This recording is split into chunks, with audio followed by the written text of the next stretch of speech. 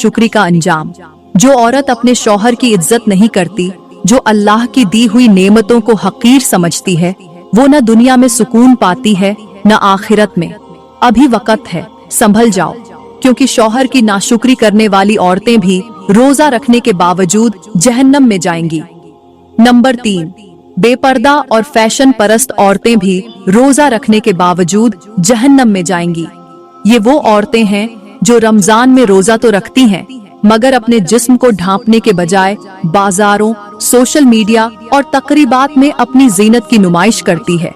वो नमाज के बाद फौरन आईने के सामने जा खड़ी होती हैं, अपने लिबास को संवारती हैं, मेकअप करती हैं, तस्वीरें खिंचवाती हैं और मर्दों की नजरों में खुद को खूबसूरत बनाने के लिए सब कुछ कर गुजरती है। मगर उन्हें ये एहसास नहीं होता कि जिस अल्लाह के लिए वो रोजा रख रही है, उसी के हुक्म को तोड़ रही है।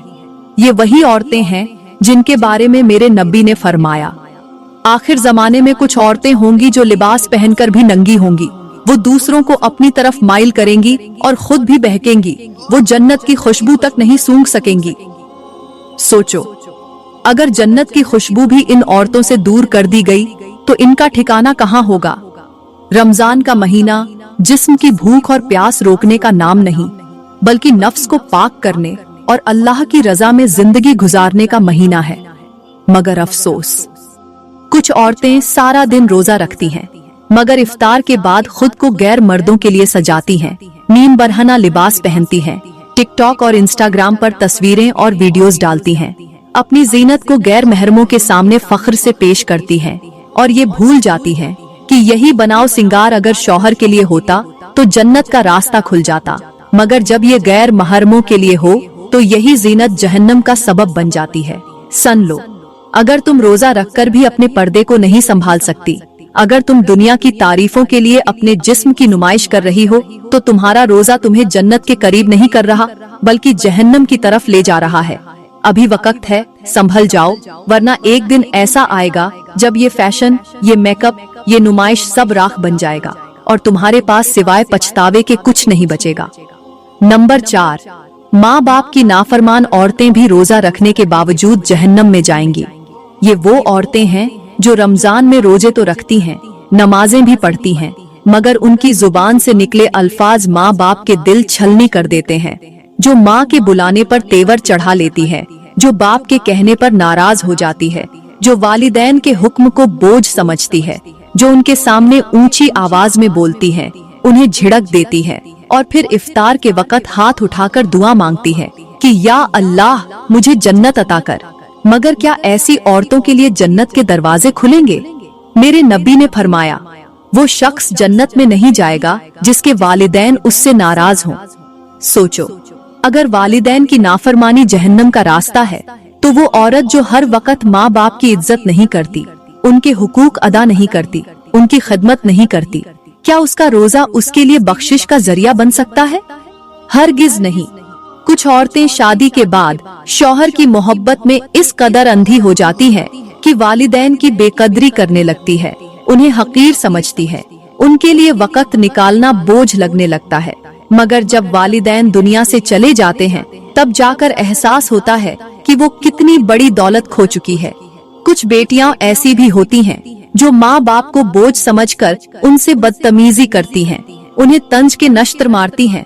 मगर याद रखो, जो वालिदैन के लिए जन्नत नहीं बनेगा, उसके लिए जन्नत के दरवाजे बंद कर दिए जाएंगे। रमजान में रोजा रखकर भी अगर तुम वालिदैन के लिए नाफरमान हो, अगर तुम्हारी जुबान उन्हें तकलीफ पहुंचाती है, अगर तुम्हारी आंखें उनकी मोहब्बत में शर्म से झुकने के बजाय उन पर गुस्से से उठती हैं, तो तुम्हारी दुआएं, तुम्हारी नमाजें, तुम्हारे रोजे सब जाया हो जाएंगे।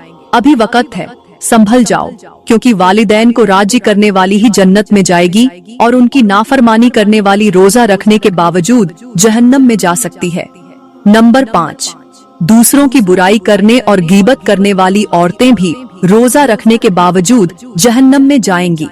ये वो औरतें हैं जो रमजान में रोजे तो रखती हैं, नमाजें भी पढ़ती हैं, मगर उनकी जुबान दूसरों की इज्जतों पर हमला करती है।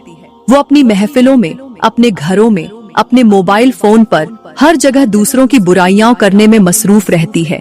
किसी के लिबास पर तनकीद, किसी के हुस्न पर तंज, किसी के घर की कमियों को उछालना, किसी की इज्जत को नीचा दिखाना, ये सब उनकी आदत बन चुका होता है। मेरे नबी ने फरमाया, गीबत करना अपने मुर्दा भाई का गोश्त खाने के बराबर है। सोचो, क्या तुम रोजा रखकर किसी का गोश्त खा सकती हो?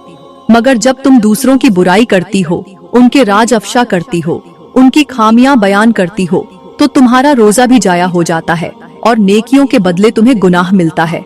कुछ औरतें इफ्तार से पहले लंबी लंबी दुआएं मांगती हैं, मगर दिन भर दूसरों की इज्जतों का जनाजा निकालती है। ऐसी औरतों की दुआएं कबूल नहीं होती। कुछ औरतें कुरान की तिलावत करती हैं, मगर कुरान बंद करते ही किसी की बुराई शुरू कर देती है। तो ऐसी औरतों के कुरान पढ़ने का क्या फायदा? क़यामत के दिन बहुत सी नमाजी, रोजेदार और इबादत गुजार औरतें हैरान खड़ी होंगी कि उनके आमाल नामे में नेकियां क्यों नहीं।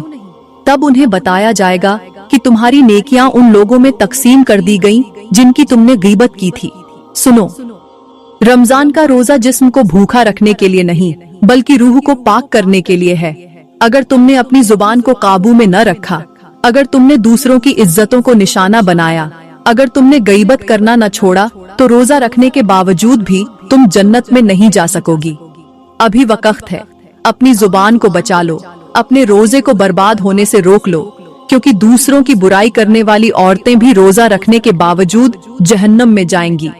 तो फरमाया, रमजान के बाबरकत महीने में हर एक औरत की बख्शिश हो जाती है, मगर इन 5 औरतों की बख्शिश नहीं होती, क्योंकि ये वो औरतें हैं जो इन 5 गुनाहों को बड़े शौक से करती हैं, वो गुनाह जिनके बारे में मैं तुम्हें बता चुकी हूँ। तो मेरी प्यारी बहनों, मेरा रमजान आने वाला है, क्या तुमने इसकी तैयारी कर ली? क्या तुमने अपने दिल को पाक कर लिया?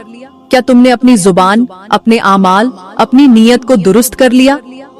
रमजान की तैयारी करो, अपने जिस्म को पाक करो, अपने दिल को साफ करो, अपने दिल से मुनाफिकत, बुग़्ज़, हसद, कीना सब निकाल दो। एक पक्की तौबा करो और रमजान के अदब व एहतराम के लिए तौबा के फूल उठाकर खड़ी हो जाओ।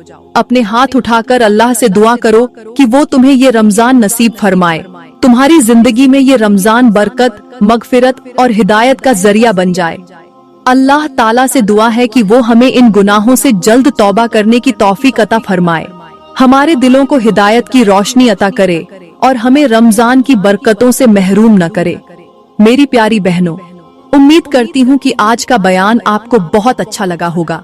अगर वाकई आपको ये बयान दिल से पसंद आया हो तो वीडियो को लाइक करें, कमेंट में अपनी राय का इजहार जरूर करें और मजीद ईमान अफरोज वीडियोस के लिए हमारा YouTube चैनल सब्सक्राइब करें।